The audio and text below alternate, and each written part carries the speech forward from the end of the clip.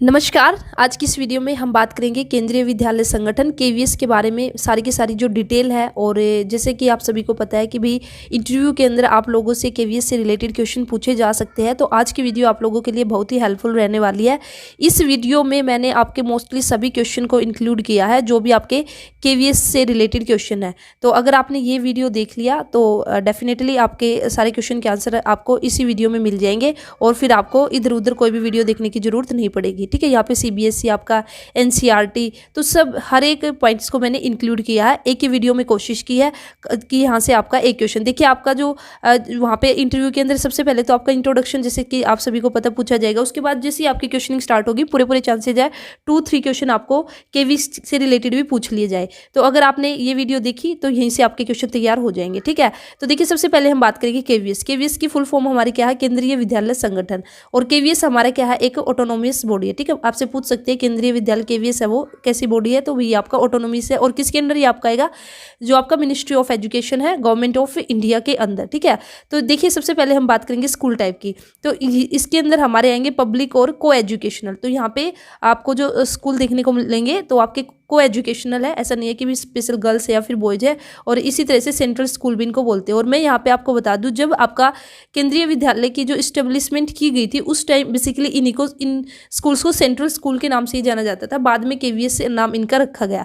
इसी के साथ ही अगर बात करें आपकी नवंबर 1962 में जो सेकंड सेंट्रल पे कमीशन ऑफ इंडिया है उसने जो केवीएस से इसको क्या किया था? रिकमेंड किया था। तो यहाँ पे आपसे पूछी जा सकती है कि भी जो रिकमेंडेशन है वो कब और किसके द्वारा की गई थी? तो नवंबर 1962 में सेकंड सेंट्रल पे कमीशन ऑफ इंडिया के द्वारा। और फिर इसको देखिए नवंबर 1962 में इसका रिकमेंडेशन हुआ और फिर 15 दिसंबर 1963 में जो केवी है उसको इस्टेब्लिश किया गया। और जब स्टार्टिंग में हमारे जो केवीएस है केवी जब इस्टेब्लिश किए गए थे तो उस टाइम आपके सिर्फ 20 स्कूल थे। और उस टाइम जब स्टार्टिंग में 20 स्कूल की जब इस्टेब्लिशमेंट हुई उस टाइम इन स्कूल्स को केवी को किस नाम से जाना जाता था? सेंट्रल स्कूल के नाम से। ये भी आपको याद रखना। अब 15 दिसंबर को इनका इस्टेब्लिशमेंट हुआ, इस वजह से जो फाउंडेशन डे है वो किस डेट को मनाया जाता है? आपका 15 दिसंबर को। तो आपको फाउंडेशन डे भी आपको याद रखना है, जो डेट है वो आपको याद रखनी है। अभी 2022 के अंदर 15 दिसंबर 2022 को जो केवीएस फाउंडेशन डे आपका सेलिब्रेट किया गया तो वह आपका कौन सा था? 59th। तो ये भी आपको याद रखना है कि भाई अभी रिसेंटली आपका 59th KVS foundation day celebrate किया गया था। और इसका मोटो क्या था? तो यहाँ से आपको मोटो भी याद करना है, leading from the darkness to the light. ठीक है, तो जितना आप कर सकते हो उतना आप कीजिए, एटलीस्ट जितनी आप प्रिपरेशन कर सकते हो। देखिए इंटरव्यू के अंदर हम कुछ ये बिल्कुल फिक्स नहीं है कि भाई डेफिनेटली आपसे यही क्वेश्चन पूछा जाएगा, लेकिन आपको अपना पूरा 100% देना है। और जितने क्वेश्चन आपको लगते हैं कि भाई ये क्वेश्चन आपके इंटरव्यू में बन सकते हैं तो वे आप सभी करके जाइए। ठीक है, तो देखिए हमने यहाँ पे बात की भी 15 दिसंबर 2022 को आपका फाउंडेशन डे मनाया गया और उसका मोटो था leading from darkness to light की तरफ आपको लीड करना है। अब हम बात करेंगे जो केवी है इसका लोगो या फिर मोटो क्या है, तो ये भी आपको याद रखना है। तत् तवम पुष्यन अपा वृणु। ठीक है, तत् तवम पुष्यन अपा वृणु। और जिसका अर्थ बेसिकली क्या है? इसका अर्थ है हे ईश्वर आप उसे अनावृत कीजिए, यानी ज्ञान पर छाए हुए आवरण को हटाइए। ठीक है, तो ये है आपका लोगो और मोटो। इसी के साथ ही टोटल आपसे जो संख्या भी पूछी जा सकती है कि भी टोटल केवीएस टोटल स्कूल आपके कितने हैं? देखिए टोटल आपके हैं 1251। ये जो डेटा है आपका ये जुलाई 2022 का है। तो जुलाई 2022 की अगर बात करते हैं तो इंडिया के अंदर आपके टोटल 1248 है और फॉरेन में आपके 3 है। तो इन दोनों को मिलाकर टोटल आपके हो गए 1251 केवी। ठीक है, टोटल स्कूल। तो जो अभी आपके 3 फॉरेन के अंदर गिवन है आपको इनके भी पता होने चाहिए कि भाई ये कौन कौन से आपके जो कंट्री है वहाँ पे गिवन है। ठीक है, तो यहाँ पे आप देख सकते हो पहला हमारा जो केवी है मॉस्को रसिया के अंदर है, सेकंड केवी तेहरान ईरान में है, थर्ड केवी काठमांडू नेपाल के अंदर है। तो ये भी इम्पोर्टेंट है कि भाई जो आपके 3 केवी है जो कि फॉरेन में है उन तीनों ही आपको कंट्री के नेम याद करने हैं। ठीक है, रशिया ईरान और नेपाल। ठीक है, और इसी के साथ ही यहाँ पे टोटल स्टूडेंट कितने हैं तो ये इतना इंपॉर्टेंट नहीं है, फिर भी आप एक नज़र यहाँ पे करना चाहो तो देख सकते हो कि भी टोटल स्टूडेंट इतने हैं। ये जुलाई 2022 के डेटे के अकॉर्डिंग है और एम्प्लॉयज इतने। ठीक है, और बजट आपका ये है। तो जैसे भी यहाँ पे एक थोड़ा सा आइडिया आप ले सकते हो। ठीक है, इतना याद करने की जरूरत नहीं है। हम बात करते हैं, जैसे कि मैंने बताया आपको, जो केवीएस है ये क्या है, एक ऑटोनोमस बॉडी अंडर किसके अंदर आएगी, आपका ministry of education government of India के अंदर। हेडक्वार्टर की अगर बात करते हैं तो केवीएस का जो हेडक्वार्टर है ये आपका न्यू दिल्ली के अंदर है।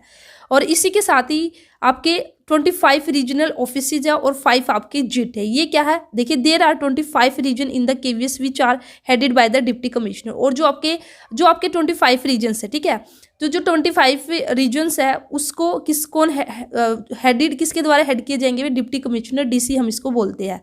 और अब एक तरह से आपके 25 क्या हो चुके हैं, रीजनल ऑफिसेज हो चुके हैं और 5 आपके जिट है। ये किसके अंडर ही आएंगे सारे, ये केवी के अंडर ही आपके, ठीक है, जो आपका हेडक्वार्टर है दिल्ली उसके अंडर ही आपके 25 रीजनल ऑफिसेज है और ये 5 जिट आपके आएंगे। और जैसे कि आप सभी को पता है केवी हमारा क्या है, एक one of the world's largest chain of schools and also the largest chain of the schools in India is, ठीक है, तो ये हमारे केवी से भी एक लार्जेस्ट चेन हम बोल सकते हैं ऑफ स्कूल्स की।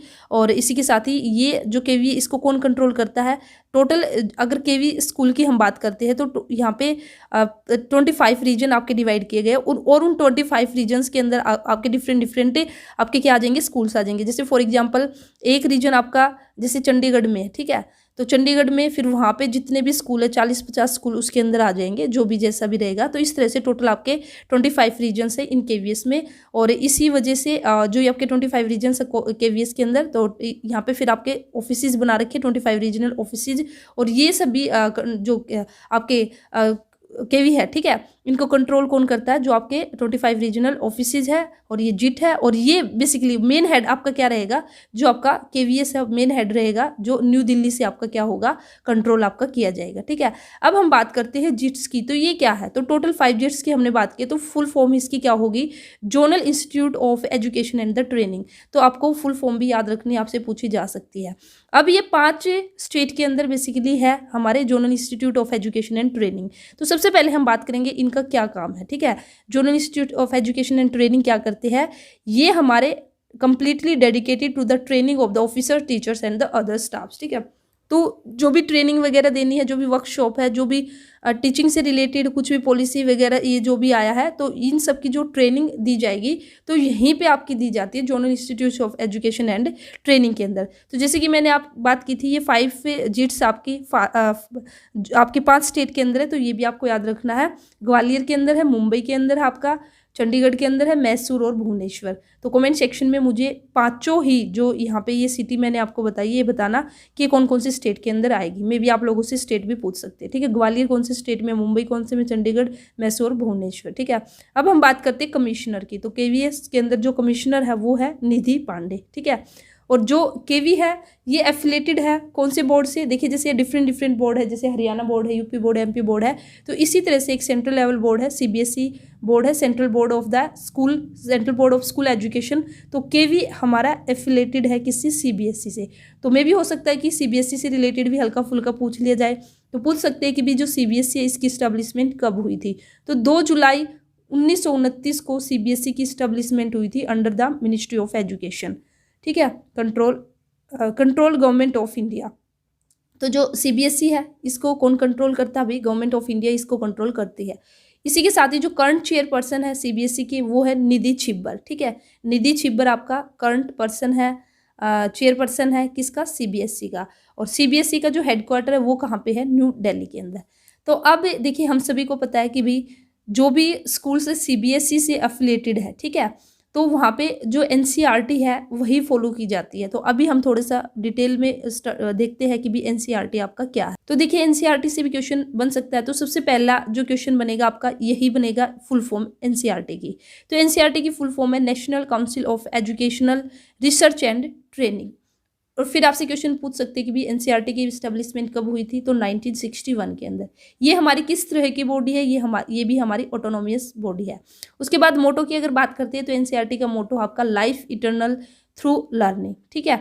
और प्रेसिडेंट की अगर बात करते हैं तो mister Dharmendra Pradhan, ministry of education, ये हमारे क्या है, आपके प्रेसिडेंट है। हेडक्वार्टर एनसीईआरटी का कहाँ पे है, हेडक्वार्टर आपका न्यू दिल्ली के अंदर। इसी के साथ ये वेबसाइट है, वेबसाइट देख सकते हो, ठीक है। और इसी के साथ ही अब हम बात करते हैं, जैसे कि हम सभी को पता है कि भी केवी के अंदर मोस्टली जो स्टूडेंट रहते हैं, ठीक है, तो कौन से हम बात करेंगे भी, कौन से बच्चे हैं जो केवी के अंदर एडमिशन लेते हैं या केवी में स्टडी करते हैं।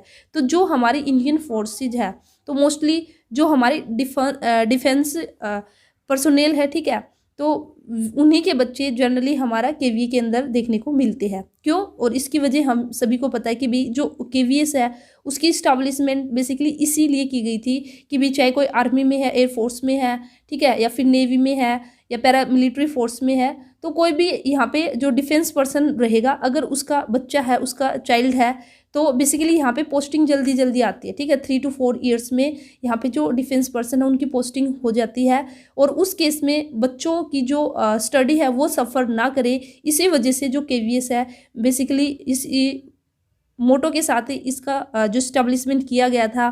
क्योंकि अभी आज के टाइम में अगर हम केवीएस की बात करते हैं, अगर कोई बच्चा दिसंबर में, ठीक है, दिसंबर में वो यूपी में है और उसके फादर की अगर पोस्टिंग कर्नाटका में आ जाए, तो सेम सिलेबस उसको जितना यहाँ पे यूपी में जो सिलेबस करा रखा है बिल्कुल एग्जैक्ट आपका सेम कर्नाटका में सिलेबस मिलेगा, ठीक है। टॉपिक सब आपका सेम, सिलेबस तो सेम रहेगा, इसी के साथ ही जितना भी करा रखा है वो भी आपका सेम रहेगा। और इसी वजह से, ठीक है, नहीं तो फिर नहीं तो काफ़ी प्रॉब्लम क्रिएट हो जाती अगर हुई भी है। जब तक आपका केवीएस नहीं आए थे उस टाइम थोड़ी सी प्रॉब्लम थी, तो उसी प्रॉब्लम को देखते हुए तो इस वजह से जो इंडियन फोर्सेज है उसके एटलीस्ट यहाँ पे जो चीफ रहेंगे इंडियन फोर्सेस के, उनके नेम आपको जरूर याद करने हैं। तो जो फर्स्ट चीफ होगा हमारा 3 डिफेंस फोर्सेस का, तीनों ही डिफेंस फोर्सेस का जो चीफ है, तो उनका नेम आपको याद रखना है, वो आपका जनरल अनिल चौहान, ठीक है।